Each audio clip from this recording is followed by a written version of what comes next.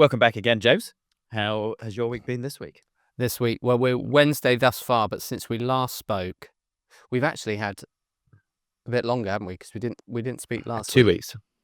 I a big week of dadding last week because my boy was ill, which slowed a couple of things down.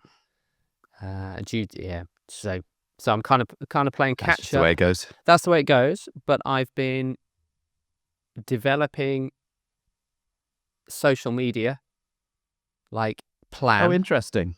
Okay. And we were due to a couple of days ago to begin kind of the image making, because I've mentioned to you before that we're going to do some things with AI with a colleague of mine, which I'm really looking forward to. But his family got hit with the flu as well, so we're approaching that. But in the meantime, I've been building social media, what that looks like, lots of writing, compiling that across Insta, Substack. They're kind of going to be my two portals for expression before we get to the website. But so that's been really good, actually, because I've been putting it off since we very first spoke. Yeah, you have.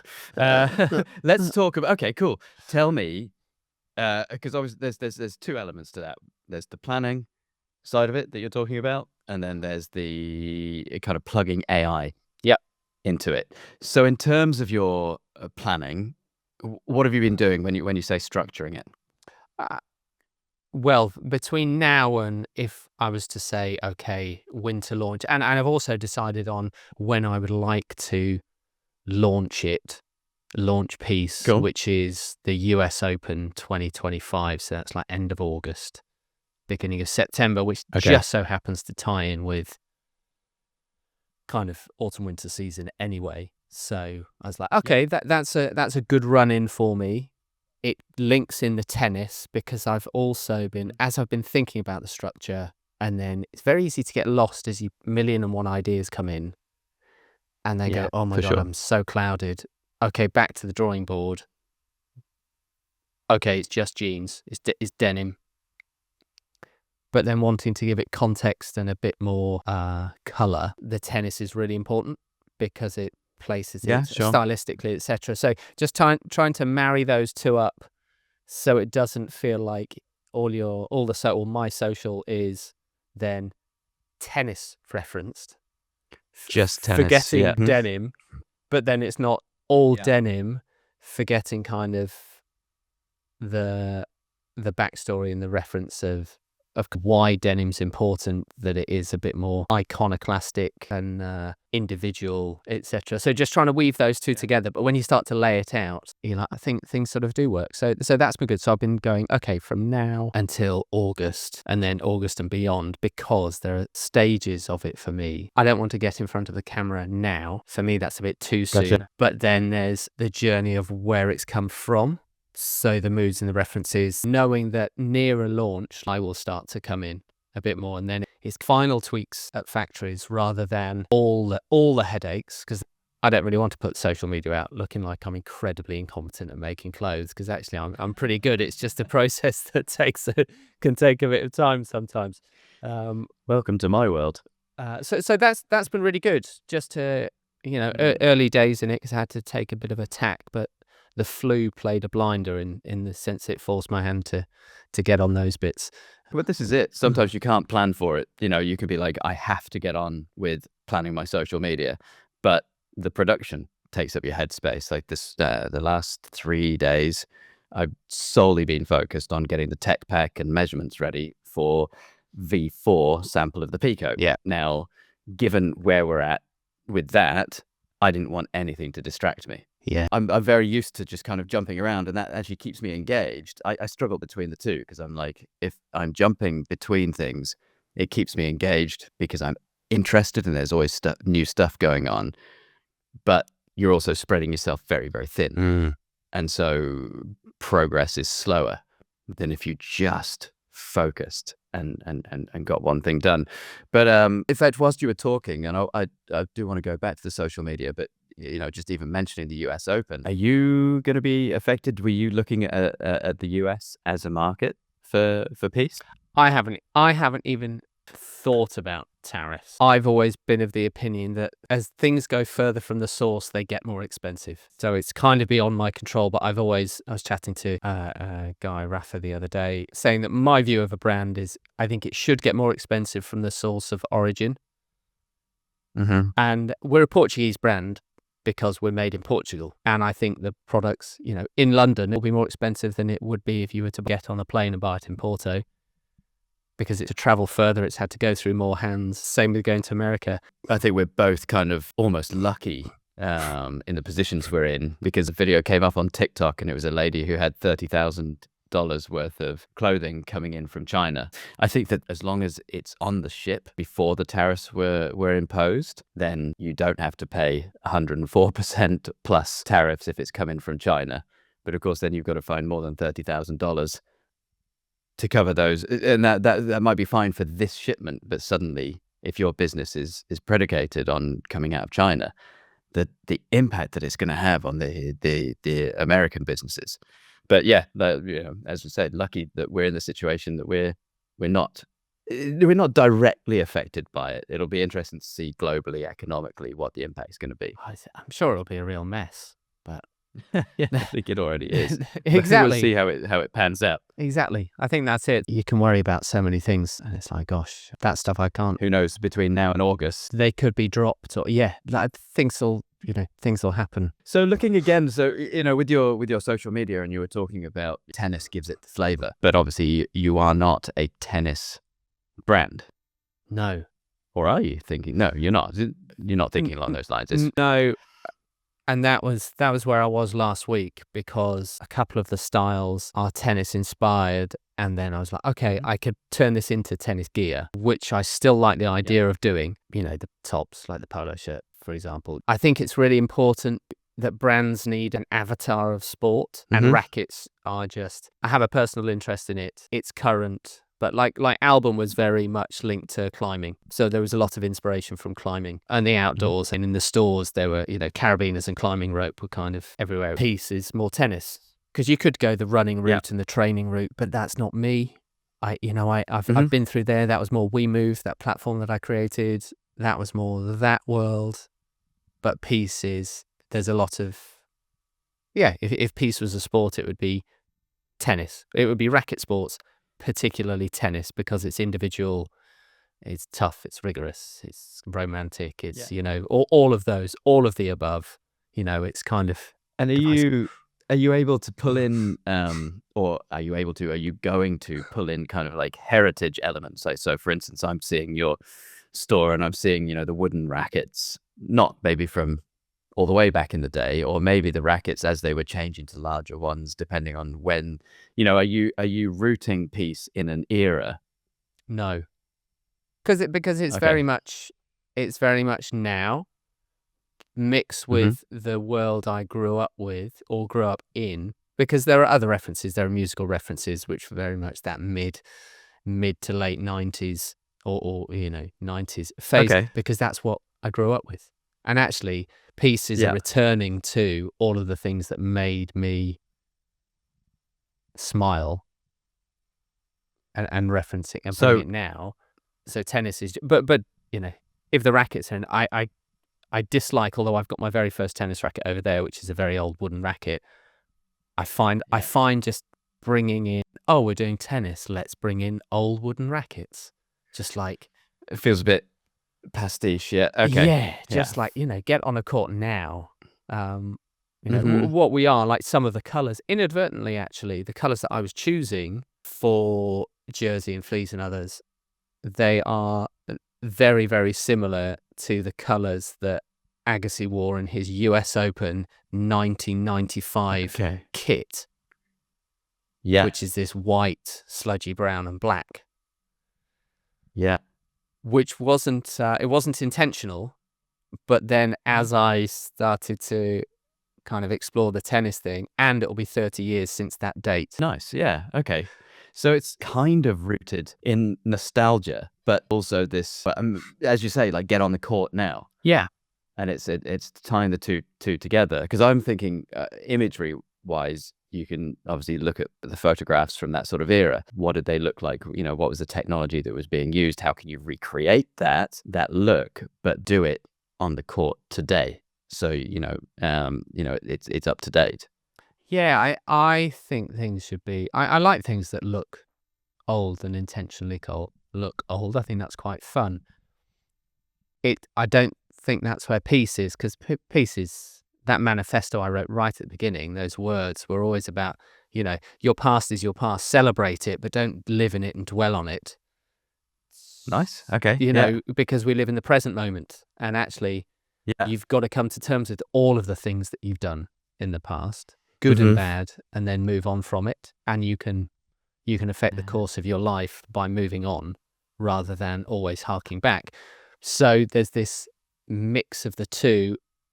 They almost don't need to be mentioned, the colours, that it's reference to Agassi, da-da-da-da-da. It was just, there's a nice story in there. Happens to be. It just happens to be. And that's, Peace will have a podcast, because it will have conversations, whether they're written or they're recorded. But if you're going to write them, they're going to be recorded. And I want to... You can benefit through being able to put it on multiple platforms. Exactly. For sure. So there are, I will be speaking to tennis players. I will be speaking to designers, all people that have put their own personal point of view across in seemingly traditional arenas. Because actually that's they've been themselves, they've been individuals, and that's what I want peace to be. It's becoming comfortable and at peace with yourself. Yeah. Whatever age you are. And that's when you when you express yourself fully. You don't express yourself fully copying someone else. You express yourself by being you, and go for it. And it takes courage, and it takes encouragement, and it takes all of those things. And that's the message I want peace to be. I think the message is great, but what I love is having written that manifesto, having identified that when you did, you're able to say, no, I love it when imagery has that old sort of look. That's not peace, and being able to say no is so much more important than saying yes. Yeah, possibly. I mean, this has been a really organic process as well for me to get to this point, because I've been talking about it for a long time. It will be 44 and a half years in gestation period, by the time peace comes out. And we've been talking about it a long time. So it's never been that structured and that strategized. In a way, it's been just pinning loads of stuff on a wall. And I'm only now returning to it. I've just constantly been pinning up, and then just trusting that all of those pins, you won't use them all, but everyone's linked in. And then it's just making quite a clean message that can be portrayed. Yeah. But you're only able to portray that, and you're only able to pin certain things, or even if you go nuts and pin loads of stuff up and then knowing what to drop, because you have that clear direction. We take from our past, but don't live there. Learn from it and move on. Yeah. That's a really important message, which you might think has nothing to do with brand, but you can see how it's playing out in the confidence of your response to me kind of providing what I'm seeing as a direction, and you being able to be like, yeah, that's great, but it's not peace. Yeah. That's really important. And to have that clear message, you don't want the waters to be muddy. I do also believe that you have to start putting stuff out there and pivoting. But the more you can make your message clearer and clearer and clearer by dropping stuff off, and as I say, saying no, the easier it is. And if you have that clear identification of who it is you're talking to and what message you're trying to put across, it's hugely helpful. Diesel in the 90s, they had a slogan. Well, they had Diesel for Successful Living, but I think before that it was Only the Brave, because it had this Native American chief headdress as a logo. And I always liked that Only the Brave, but it sounds very 90s, like that no fear generation. And I think there's a new way. And I'd like that to be peace. It's like, okay, what's an Only the Brave?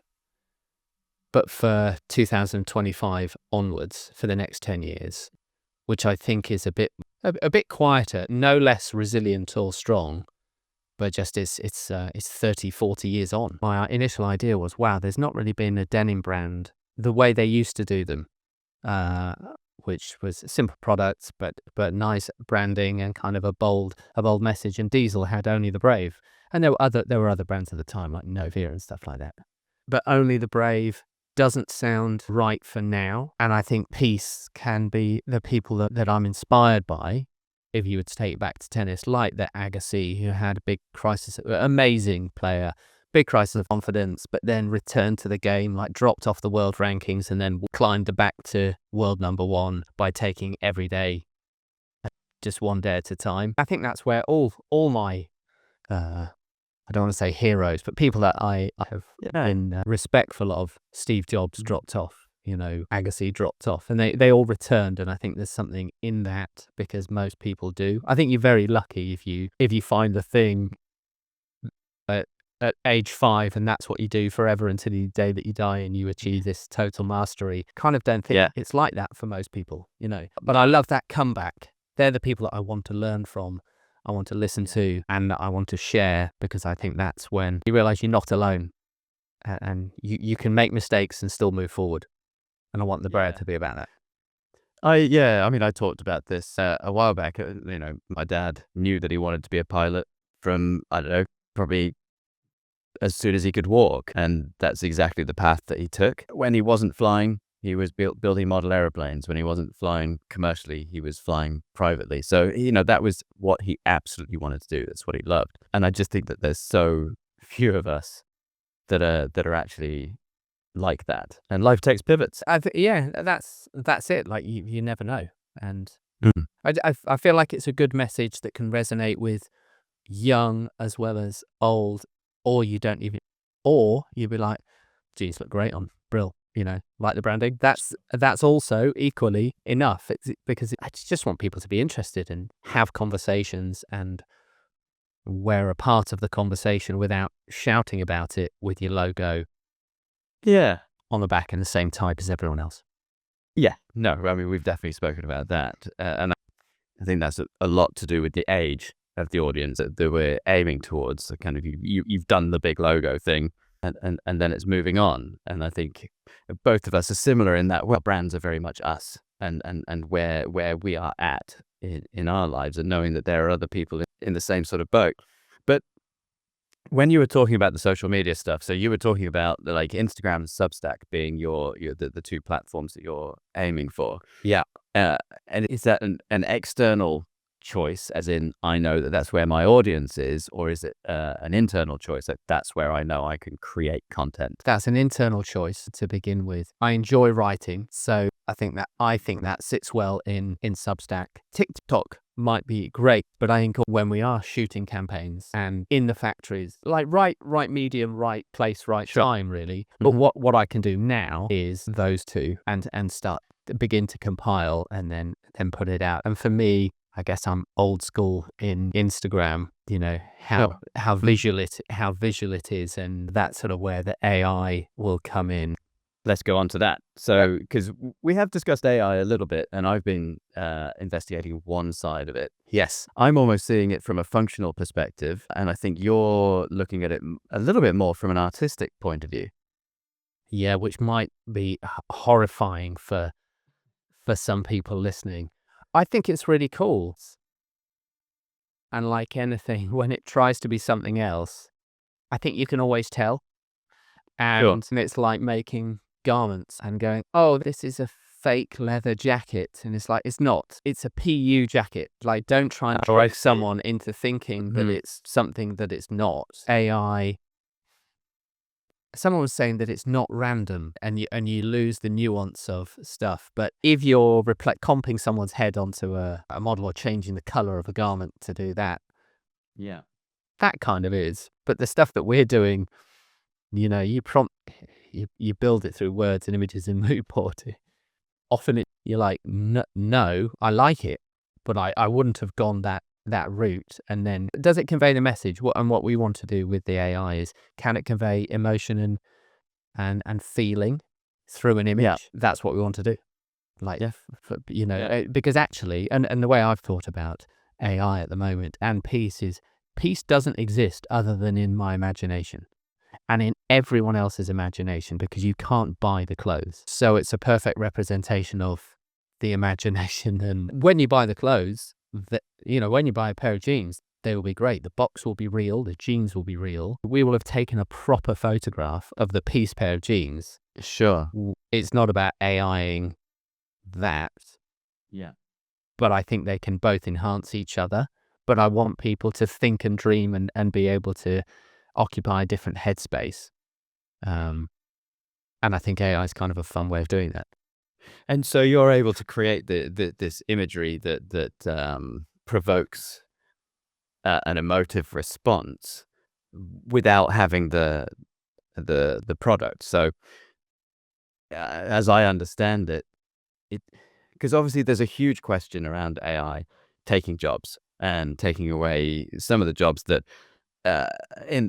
we don't want to lose. We don't want to lose like the ability for photographers to be able to make a living and become masters at their craft so that they can bring that uniqueness. Because my whole thing with AI, or my issue with AI at the moment, is this regurgitation.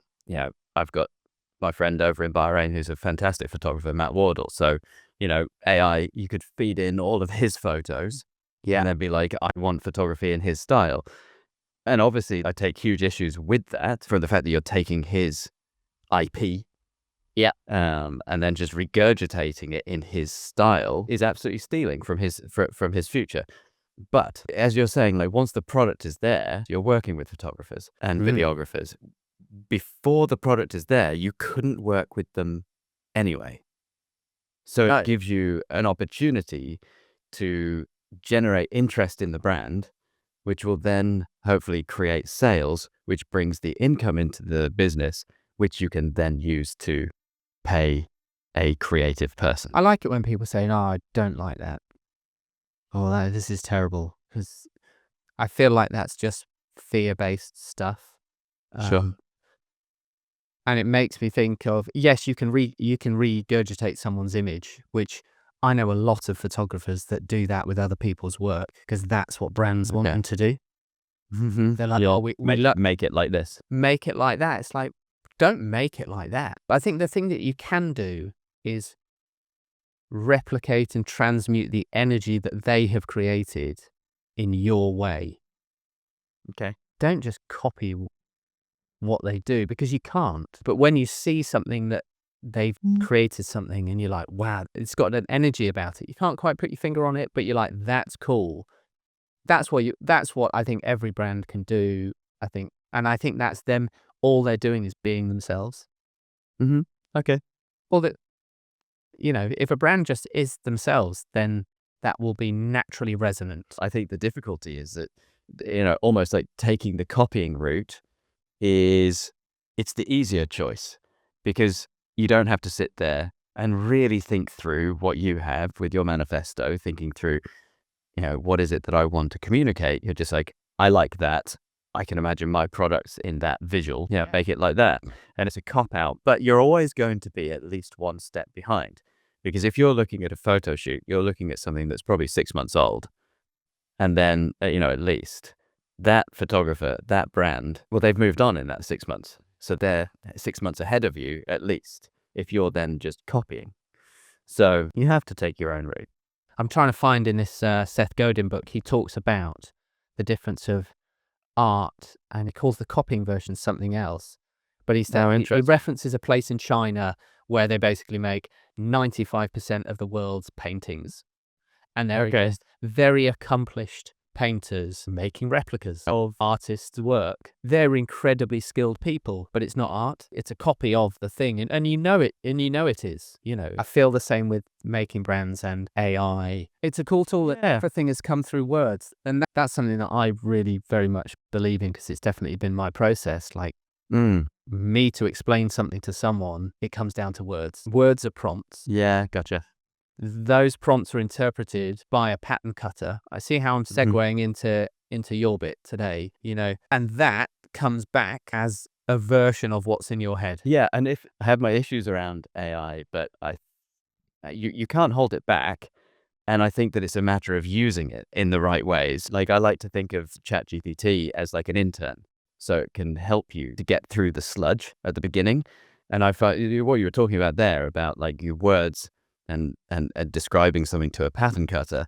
So I've been working on the tech pack for the next version of the Pico. And as much as I can sit there in Illustrator and create the diagrams, there are still certain bits that I'm like, I know how I want that pocket to be. I know how I want it to be stitched in. I know how I want the stitch to be hidden.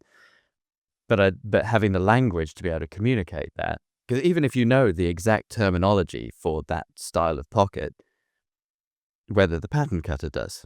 So trying to visualize things, what is it? Like, an image speaks 1,000 words. Yeah. And so if there's a tool out there that you can use to be able to propel yourself forwards, to be able to get stuff done quicker, then everything's just going to move forwards that much faster. It's all the same for me. I think AI is no different. It's simply another tool. Yeah. The proof is in the IRL version. Like that's where magic happens, when it becomes material and it becomes a physical thing, because you can pitch an amazing idea and be emotive, but you've got to back it up with the IRL, the real peacoat. Our frustrations have been like, it's not where it needs to be for someone to be like, yes, that's it. It doesn't match all the words, the stakes that I've put in the ground. But I think it can get people along that way. It's also a bit of a double-edged sword, because you can make something look even better, but you need to help to back it up. And that's why the AI that we will be doing, it's more art-based, it's more free-thinking. There won't be any peacoat garments, because it's not about that. It's about feeling and emotion and getting the person to putting them into a headspace, kind of priming them, really. Because I can't have that conversation with everyone and show them the images on my phone and get really excited about that. But we can start to get people thinking about their own life and their own world and that way. And I'm just building a picture so you can be like, I want to see what they're doing next. And I'm interested in seeing the real thing. And also being honest about it. That's what I was going to say. I was going to come back to that when you were saying, don't say that your PU jacket is a leather jacket. It is what it is. And I think that's it with AI as well. Like I think it's when you're trying to hide it as something else, whereas if you just lean into it. But the priming is a good idea. Because understanding that people aren't stupid and giving people the space to make the connection between, here's this artistic feeling that we're looking to promote as part of the brand, and you're looking at it on an Instagram account that says Peace, like denim, whatever. You're like, okay, I denim, emotion, connection. Yeah. The whole of Peace has come about through conversation, and that's also an area that I've written essays on. Peace wouldn't have existed without all the conversations that I have had along the way, these included, to create this thing. To get people to think that it doesn't just happen. It's conversations across languages, across cultures, experiences, across all of this stuff. That's what makes life really rich, making a mistake and then unpicking it. That's what creates a brand with depth.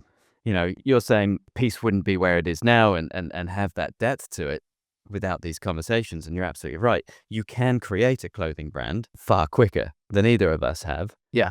But it's just surface level. And it's literally just clothing. Yeah, I like deep conversations. Or whatever. Yeah, I like deep, meaningful conversations. I never have kind of had fly by night friends. Oh, is that the right word? But just like pick up and put down. I might not see my very good mate. Last time I saw him was 2 years ago, and we message every now and again. But it's just I drop back into the same place of just like pure human connection. That's amazing. Just that's really rich, and it sustains me until the next time. Sure. And we pick up where we left off with all of that great stuff in between. That's what I want. I don't want filler. I just want, pure experience. I'm awful at small talk. I just I'll meet someone and I just go straight into the deep and meaningful. A video came up on Instagram, and there was a guy, he was talking to his wife, and he's like, I'm not exhausted talking to you because we're talking about stuff that has meaning, but small talk, it just exhausts me. And I get it. Because you're almost just kind of filling in with stuff. And I'm like, no, I want to know what drives you, what interests you, and all that kind of stuff. I've been following another friend. Like I don't like being very earnest I find it a bit unworthy, because I also understand that I make stuff, you know. Right. So for me, it's a conversation about making. I'm not trying to save the world, because the world will live on far longer than me. You know, what I'm wanting to do is express and get people to think and have more considered conversations, but it doesn't need to be from a place of fear. But I've been seeing brands that they get quite earnest, and it's like, oh, we're doing this, and it's championing. It's just not me, because I will say things that are very contradictory to each other, which really annoys people. But that's Okay. also me. You know, I can be incredibly lazy and also hardcore and obsessive, like a lazy Jack Russell. And they're like, but you were like this just then, and now you're like this. It's like, but that's Difficult to put you in a box. that's me. You know, Mm. when it's relaxing time, or when I don't want to do it, I don't want to do it.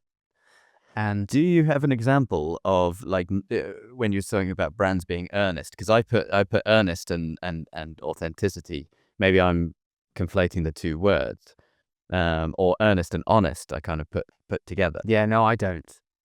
Yeah, it might be a misunderstanding from my side. So just when you said you don't want to be earnest, I was just, that Well, kind of threw me a little bit. I want to be honest, but I think you can have Mhm. that through conversation. You might not like what I say, but I'm being Mhm. honest with you. I, I'm not pushing it down your throat, but my Yeah. view is open to change. But this is what I believe in. I have my reasons for it. And Yeah.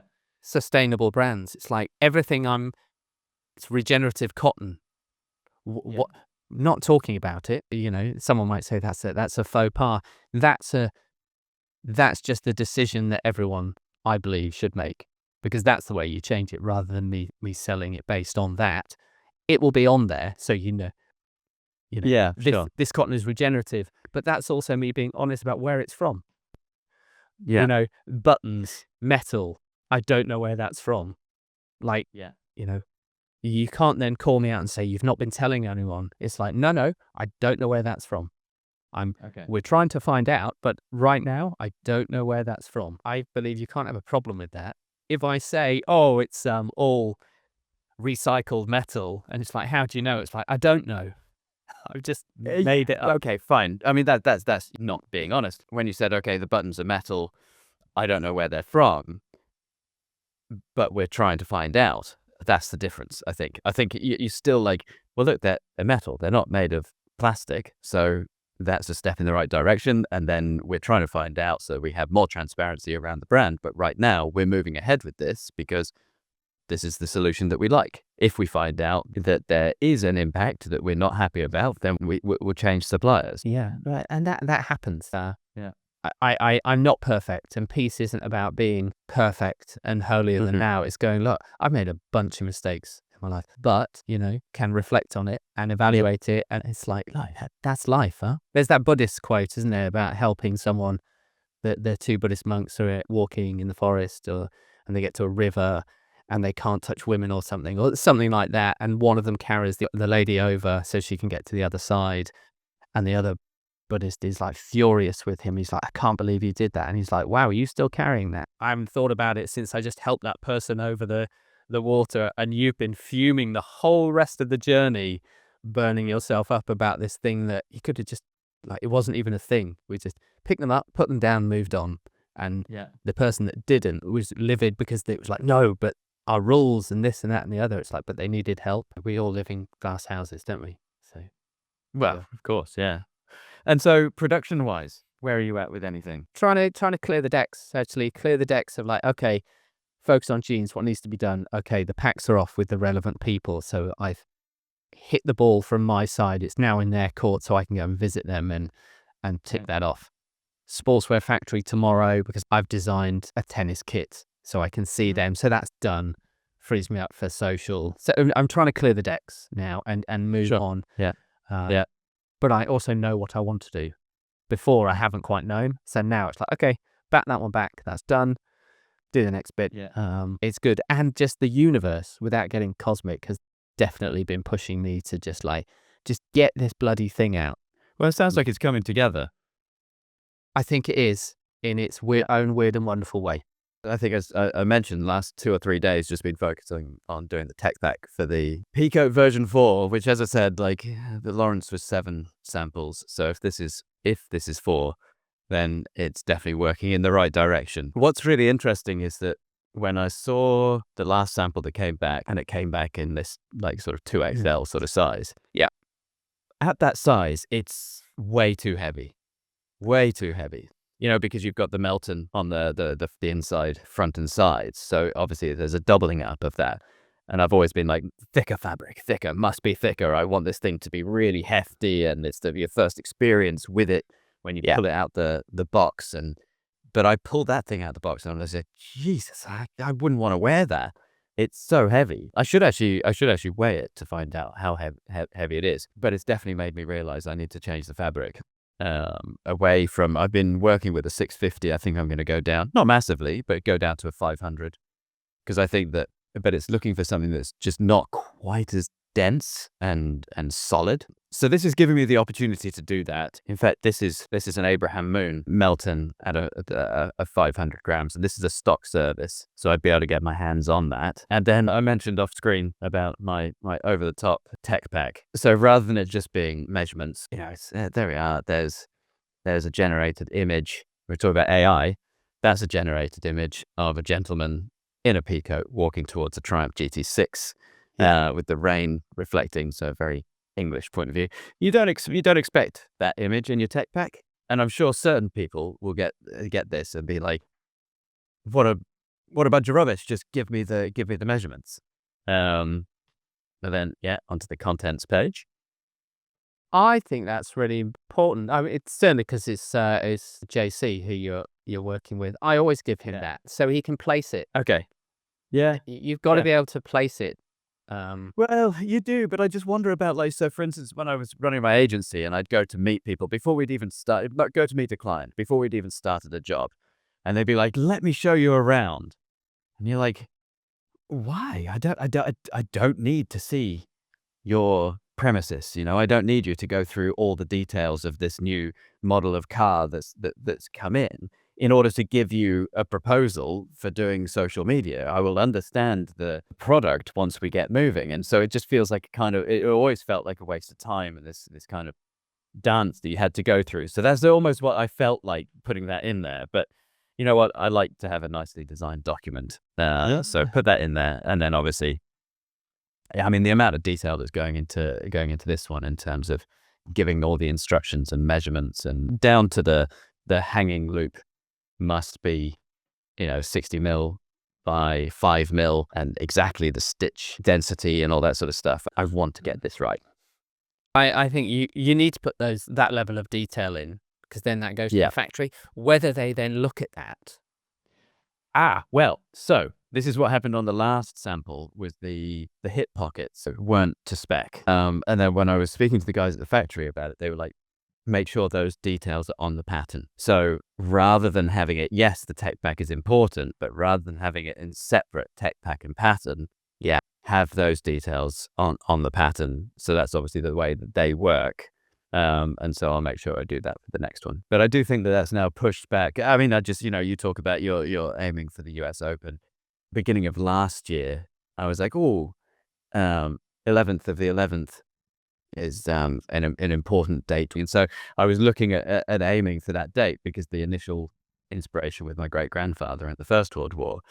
And I was blasted past November 2024 with nothing to show for it. And then I was thinking, it will be March 2025, but I think I'm back onto that date. So I think things are moving with that. Knitwear needs to go through the laundering process. I've been so focused on getting this peacoat dialed in that I haven't pushed anything forwards with that. Yeah. Exciting. I think JC will be a great addition as a cutter. Having a conversation with someone else the other day about patterns, and saying it's because factories, so they hold the patterns, but if you provide the patterns, you get this kind of ownership thing. And I think that's a great thing for you to own your pattern, so you can move around. You do have that flexibility if you want to. But that's the interesting thing, because I hadn't experienced that until you told me that in Portugal You know, the factories have the patents, whereas for me, I guess because it was previously they were all being done digitally, as JC's doing on paper, then it will be digitized. Yes. Then it will go onto card. So I've always had ownership over my patents, and I just thought that was kind of part and parcel, and I guess I always felt comfortable with that. But it's really interesting to me that it works in a different way. Yes. Yeah. Over in Portugal. And I think it works that way in China as well. And also England. I know English factories that do that. Sure. Okay. Because it does kind of lock you in. And I get it. They've employed a patent cutter to do it. So you get this, it's always understanding where your ownership lies. It depends. Well, this is it. I guess it depends if they have an internal patent cutter, doesn't it? If they don't have an internal patent cutter, then they can't kind of force that. No, although it probably depends who pays for it. Like at the moment, you know, you're paying for your... When people say, oh, what's the cost of your samples? And it's like, oh, it's just twice the unit price. You know, and a T-shirt costs, I don't know, so it's like 10 euros. So they only charge you 20 euros. Well, you and I know that a patent costs more than 20 euros. Yeah. So someone's borne that cost. That's when it comes down to just making clothes. When people are like making fodder, you know, just banging it out, because you don't really care who owns it. You just want to get that wheel turning, spinning, and shooting those things off the machines. Then you're just making stuff. It's just like, and that's great. That's a real skill. People, you know, make vast sums of money doing that. Yeah, but as you say, it's a very different thing. Yeah. Whereas if you're trying to create something that's to a very specific specification in your head, you can't do it in that way. Yeah, you know, because it's because it's not just about the money. It's about and I think, have we mentioned this before? There's a difference in how you can approach property developments. One is for the money, and one is for the legacy. Yes, and I definitely see Barnfield as a legacy thing. I want it's because we've spoken about it before, because we're so involved with it, we're so central to it. Yes, it would feel gross if it was just the money to then be putting yourself forwards as the founder. It just wouldn't feel right. But what are next steps for you over this next week then? At Sportswear Factory tomorrow, which also might be, well, actually, there's a box of samples under the table there, which came last week. So they were the final jersey pieces, because I had the jersey factory that closed. Yeah. Got the final bits made somewhere else. Fab, they'd done a great job. I was like, actually, it's good enough for getting me to the next stage. But beautifully made, really well done. And then seeing this factory tomorrow. And I'll be really interested, because they're a very modern factory. So modern machinery, but they've got all the sportswear machines, like true flat locking, etc., which many jersey factories don't have. But their MOQs are low. Their price is amazing. Their quality is fantastic. They have the sewing capabilities for the styles that I've already made. They're really nice people. Just options. I think that's where I'm at. Wait, I was just waiting for the catch though.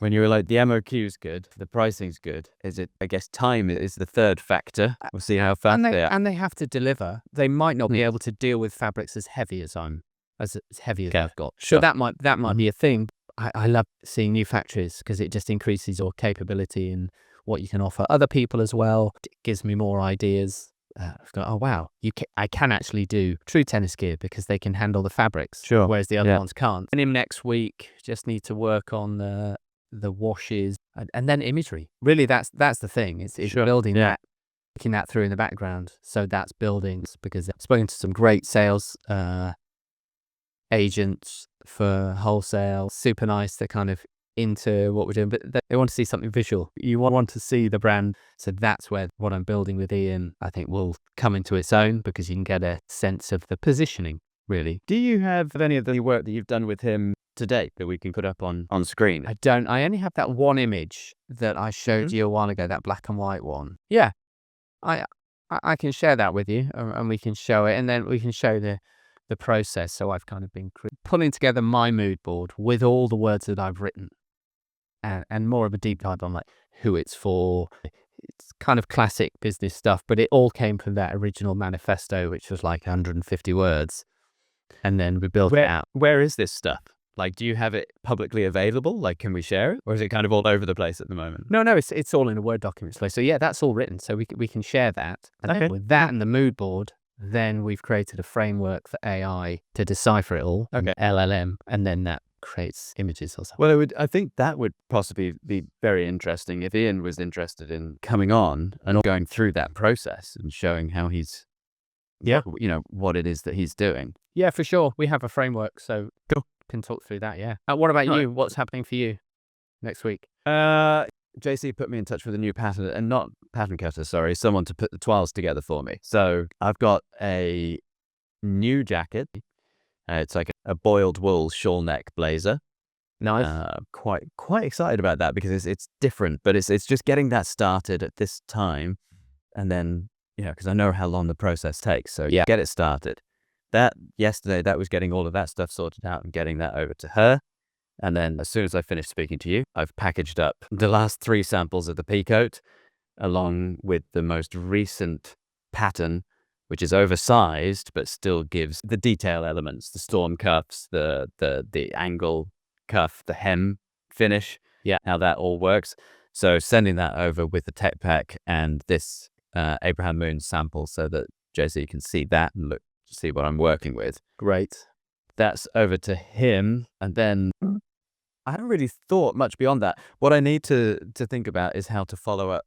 One of the things I've been thinking about is what can I fire out to the guys that I met in London, the fashion editors. I'm interested, I spoke about the artwork that Thomas did that went inside the Lawrence, and I've got A3 posters. So I think maybe a couple of those, send those out with a, thanks for meeting me. I'd love to send over sweaters to each of them. I need to find out actually what's reasonable, because I know, there's what's a gift and what gets seen as a bribe. I'm not trying to because I've actually got no articles for them to write for me at the moment. It's more just, we spoke about this stuff. Yeah, Here it is, flesh in your size. So, but to get the sweaters done, that's a couple of months before we finish those. So I think in the meantime, maybe just a quick reminder, some of the artwork from the Lawrence, and a nice to have met you. Yeah, nice. It annoys me sometimes when you can't just give someone a gift. It's like not asking for anything in return. But well, I guess because in reality you are, aren't you? I'm not. Although I'm not sending the sweater going, please write about this. Yeah, I'm just kind of sending the sweater out going like, remember we spoke about this? This is the quality, and hopefully this fits you. Enjoy. And then in time, hopefully there's an opportunity where they see you in a positive light. That's when you want to send like baked goods. Baked good, with Barnfield stamped onto it.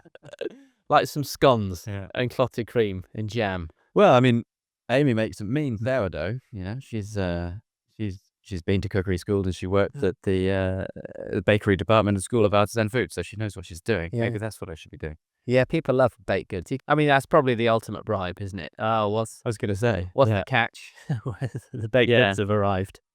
And don't send it with the sweater, because otherwise you get your greasy baked good fingers all over the merino wool. But yeah, so I think, in fact, actually, that reminds me. So I need to finalize off. Everything's pretty much there with the cardigan, but I do want to experiment with a thicker placket at the front with 3 ends in it, and to finish off the seam and I actually want to apply that to the sweater as well. So those are 2 details that I need to create samples for, and then wash those, measure them, wash them, see what the shrinkage is, make another sample, a larger size. Those things make a huge difference. Like that's when you start to feel the value. The covering over the seams and stuff. Covering over the seams, the more ends in the rib, so it bulks up. Reminds me as well, though, I've actually got swing tags on that I designed, and so in fact I shared them with you. Yes, and I popped them up on screen as well, or just wait until they come and actually show the product. But I'm excited about those because you got really thick card, blind debossed on one of them, nicely printed on the back, where whoever made whatever the item is, they can sign it off. So yeah, it's those little things that people will immediately take off and immediately throw in the bin. Yes, but that first impression when they get it, satisfying thud in the bin though, with that heavy cardy. yeah. Oh, and then there's also the boxes, the sample boxes under production. I went to go and see where we're at the moment, and we've just brought it in by a couple of mil, the top and bottom parts. This is the presentation box, which will sit in a mailer box as well. But the presentation box is, you know, thick card that's then wrapped in a PU finish. Yeah. And then printed on the top with the logo. And we're making it so that it's got that tight fit finish that when you open it up, it's like an apple box. Yeah. You know, kind of vacuum suck. Yeah. Sort of thing. And that's the idea, is that box you would keep, and you'd keep your jacket in the dust jacket and keep it under your bed or something like that. So there's loads of things just kind of bubbling away, and I feel like they're starting to come together. And I can put the swing tags to bed. I can put the box to bed.